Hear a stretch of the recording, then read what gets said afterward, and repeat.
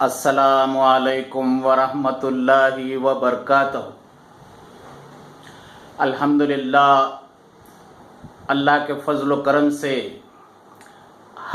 واقعہ چل رہا تھا کہ نبی کریم صلی اللہ علیہ وسلم کی بات پر صحابہ کا یقین، الحمدللہ اس پر 2 ویڈیو بن چکے ہیں، پارٹ 1 پارٹ 2۔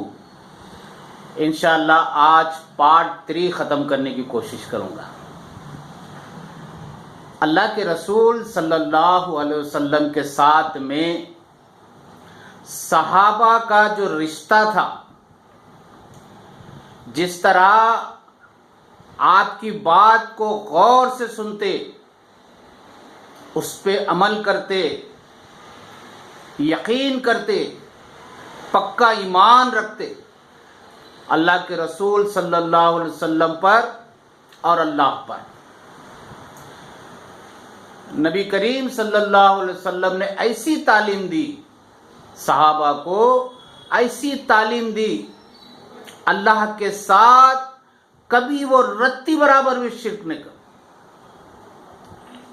اللہ پر یقین، آپ صلی اللہ علیہ وسلم کی بات پر یقین، ان کی زندگی کا عمل بنا ہوا تھا۔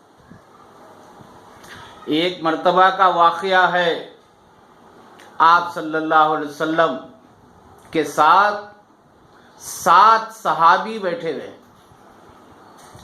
دین کی بات چل رہی۔ بعض وقت دین کی بات کے علاوہ نبی کریم صلی اللہ علیہ وسلم کچھ ایسی بات کر دیتے جو مستقبل میں پیش آنے والی ہوتی۔ آپ صلی اللہ علیہ وسلم نے فرمایا، آپ 7 میں سے، کیونکہ وہاں پر 7 صحابی بیٹھے ہوئے تھے، آپ 7 میں سے ایک صحابی ایسے ہیں جن کا انتقال گھنے جنگل میں ہوگا، وہ تنہا مریں گے، اپنی خبر میں تنہا دفن ہوں گے، اور قیامت کے دن حشر کے میدان میں اپنی خبر سے تنہا نکلیں۔ مفسرین بیان کرتے ہیں کہ خبروں میں قیامت کے دن خبروں سے کثیر تعداد میں لوگ نکلیں گے، ایک ایک خبر سے کثیر تعداد میں لوگ نکلے، لیکن آپ کے ساتھ ایسا ہوگا وہ اکیلے نکلے۔ آپ نے فرمایا، آپ 7 میں سے ایک صحابی ایسے ہیں جن کا انتقال گھنے جنگل میں ہوگا، وہ تنہا مریں گے اور اپنی خبر میں تنہا دفن ہوں گے، اور قیامت کے دن حشر کے میدان میں اپنی خبر سے تنہا نکلے۔ تو صحابیوں نے پوچھا، یا رسول اللہ صلی اللہ علیہ وسلم، تو پھر وہ کفن اور دفن کا انتظام کیسا ہوگا؟ کیونکہ آپ فرما رہے ہیں کہ تنہا مریں گے، تو پھر کفن اور دفن کا انتظام کیسا ہوگا؟ رسول اللہ صلی اللہ علیہ وسلم نے فرمایا، گھبرانے کی بات نہیں، اس وقت وہاں سے ایک صلحاء اور صالحین کی جماعت گزر رہی ہوگی، وہ لوگ کفن اور دفن کا انتظام کرتے ہیں۔ بات ختم ہو گئی، تمام صحابی اپنے اپنے گھر چلے گئے، اور رات میں یہ معاملہ ہو رہا، ہر صحابی یہ سوچ رہے ہیں کہ شاید وہ میں ہی ہوں گا جو گھنے جنگل میں میرا انتقال ہوگا، میں تنہا مروں گا اور خبر میں تنہا دفن ہوں گا۔ بہرحال وقت گزرتا گیا گزرتا گیا گزرتا گیا، نبی کریم صلی اللہ علیہ وسلم کی وفات ہوئی۔ ابو بکر صدیق رضی اللہ تعالیٰ عنہ خلیفہ اول، انہوں نے خلافت کی اور ان کی بھی وفات ہوئی۔ اس کے بعد عمر فاروق رضی اللہ تعالیٰ عنہ نے خطاب، آپ نے بھی خلیفہ دوم رہے، آپ کا بھی انتقال ہو گیا۔ حضرت عثمان غنی رضی اللہ تعالی عنہ آنے تک ادھر ایک صحابی کر کے انتقال کر گئے۔ کوئی کسی کا انتقال گھر میں ہو گیا، کسی کا شہر میں ہو گیا، کسی کا جنگ کے میدان میں ہو گیا۔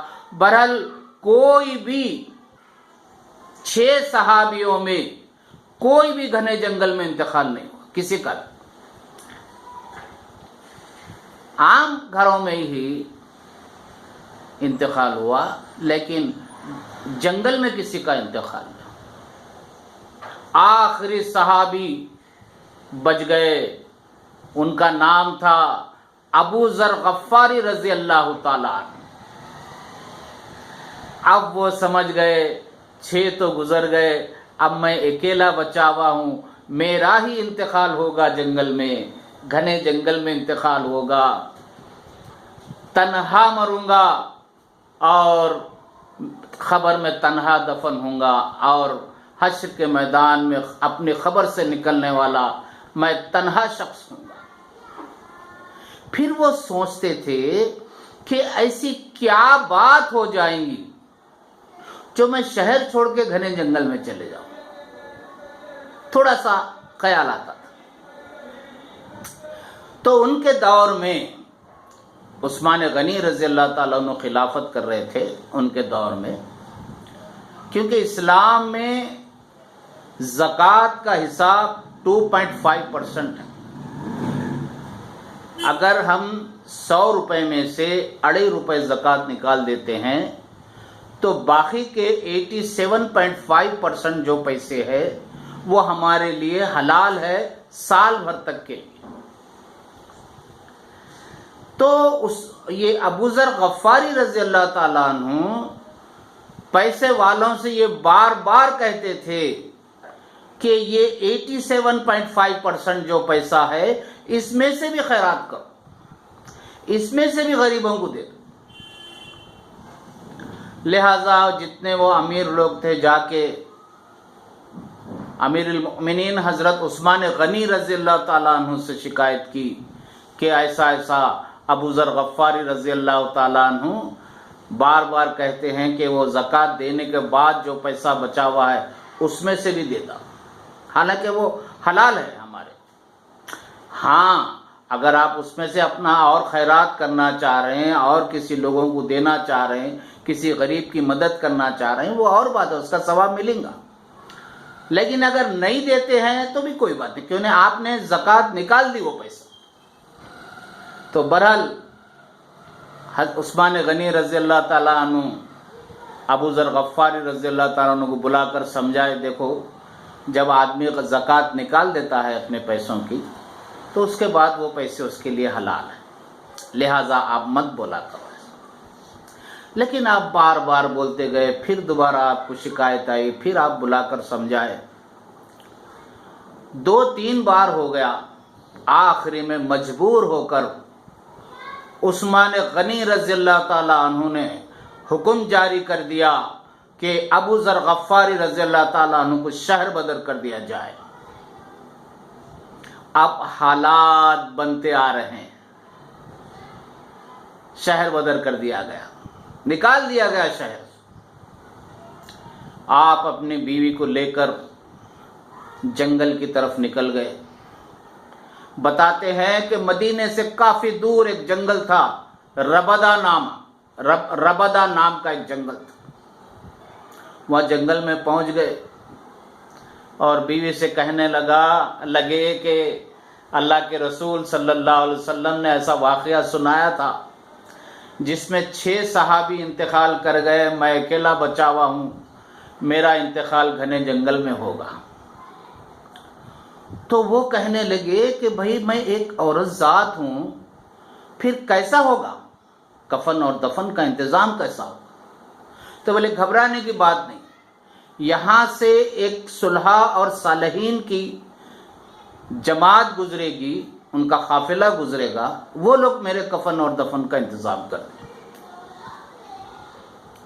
آپ کی بیوی نے کہا یہ کوئی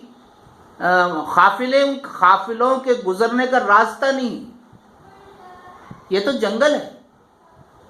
تو بولے نہیں برابر گزرے گا، ایک کام کرو، وہ آپ اونچے ایک ٹھیلا ہے پہاڑ کی طرح، وہ اس پہ جا کے کھڑے رہو، اگر کوئی قافلہ نظر آ جائے تو ان سے کہہ دینا کہ اللہ کے رسول صلی اللہ علیہ وسلم کے ایک صحابی ابو ذر غفاری رضی اللہ تعالیٰ عنہ کا انتقال ہوگا۔